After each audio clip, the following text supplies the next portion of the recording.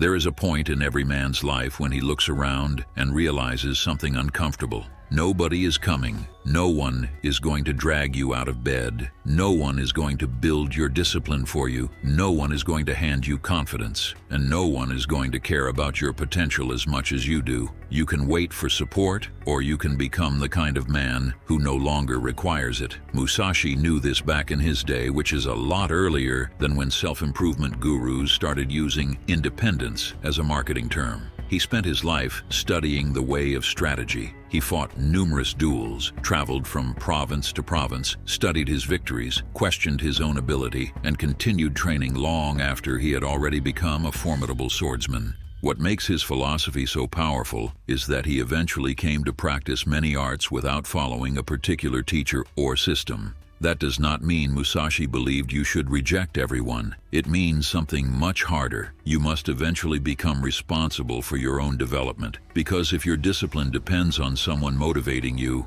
you are not disciplined.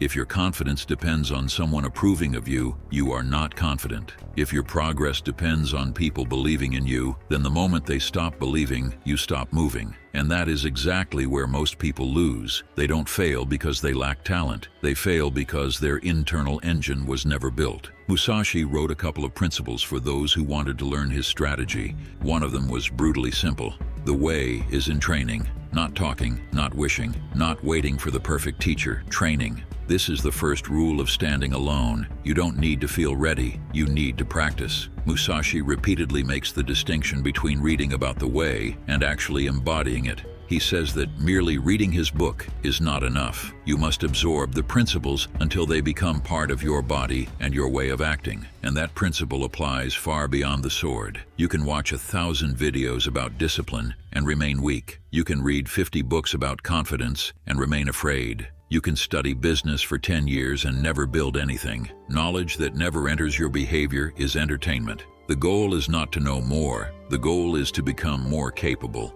So stop asking yourself, who will help me? Start asking, what can I practice today? That question changes everything. If you have no mentor, study. If you have no audience, create. If nobody believes in you, continue. If nobody encourages you, build your own standard. And if you fail, study the failure instead of turning it into an identity. Musashi himself looked back at his early victories and questioned them. He recognized that his success might have come from natural ability, circumstances, or the weaknesses of the other schools. So he continued studying morning and evening until he believed he understood the way more deeply. Think about how different that is from the modern mind.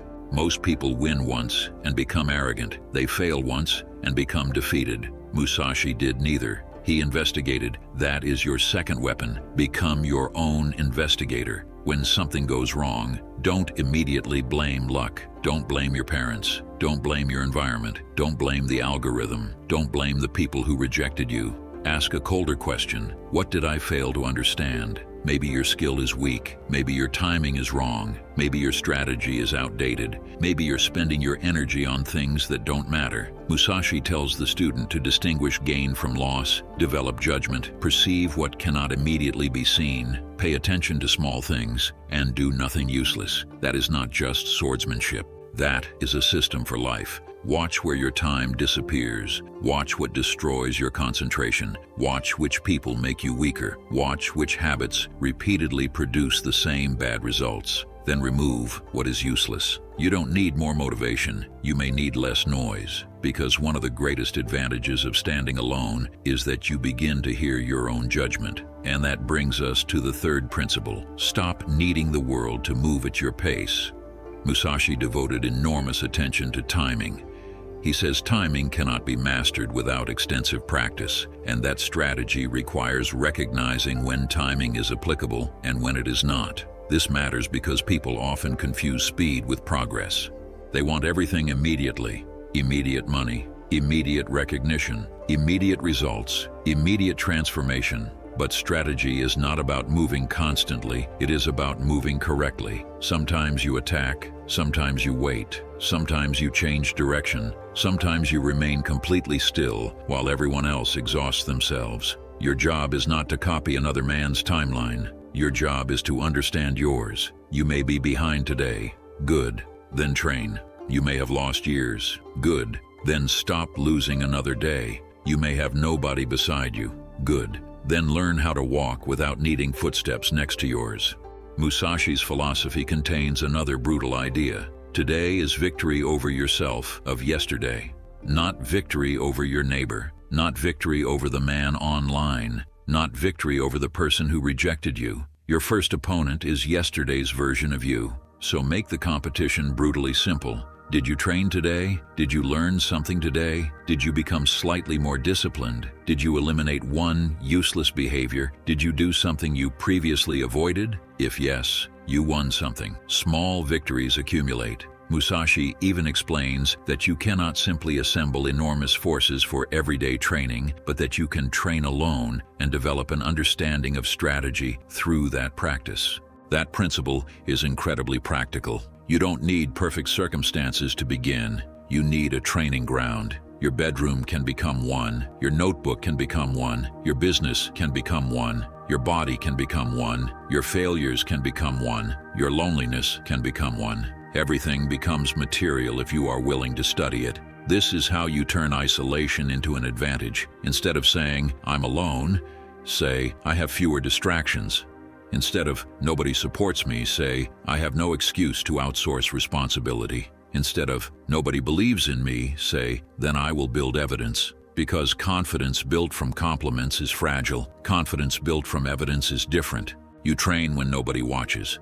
You keep your promise when nobody checks. You work when nobody applauds. You continue when the excitement disappears. Eventually something changes. You stop trying to convince people that you're becoming someone. You simply become that person. And this is where Musashi's philosophy becomes even deeper. He warns against narrow thinking. He emphasizes studying different arts, understanding other ways, adapting to circumstances, and avoiding attachment to a single method. So don't become obsessed with one formula. Learn, experiment, observe, adapt. If your strategy isn't working, change the strategy. Don't change the goal simply because the current method is uncomfortable. There is a difference between quitting and adapting. A weak man changes his goal every time resistance appears. A strong man changes his method while keeping his direction. That is what water teaches in Musashi's philosophy. Water takes the shape of its container. It can become a trickle or a wild sea. Be like that, not rigid, not helpless, adaptable. If life closes one door, don't sit in front of the door begging it to open. Look around, find another entrance, build one, or become strong enough to make your own. And there is one final lesson. Don't confuse standing alone with becoming isolated. The objective is not to hate people. The objective is to stop being dependent on them for your identity. You can accept advice without surrendering your judgment. You can love people without needing their approval. You can learn from teachers without becoming their servant. You can walk beside others without requiring them to carry you, because eventually your life becomes your responsibility, and nobody can carry that responsibility for you. Musashi's message was never that the way could be mastered overnight. He repeatedly describes years of study, diligent practice, and gradual refinement. His instruction is essentially to walk the road step by step with patience and persistence. So if you're currently building alone, don't panic. This may be the chapter where you become dangerous. Not dangerous because you become violent. Dangerous because you become difficult to stop. You don't need constant validation. You don't need perfect conditions. You don't need everyone to understand. You need a direction. You need a standard. You need training. And you need the willingness to keep walking when nobody is walking beside you. Because eventually, the man who learned to stand alone becomes the man other people can finally rely on. Start where you are. Train what you have. Study what defeats you. Remove what weakens you. Adapt when necessary. And tomorrow, defeat the man you were today. Thank you for watching. If you want to see more content that the mainstream doesn't want you to see, join me on Patreon. Also, make sure you hit like and subscribe so you can be the first one to see when I post something new. I'll see you soon.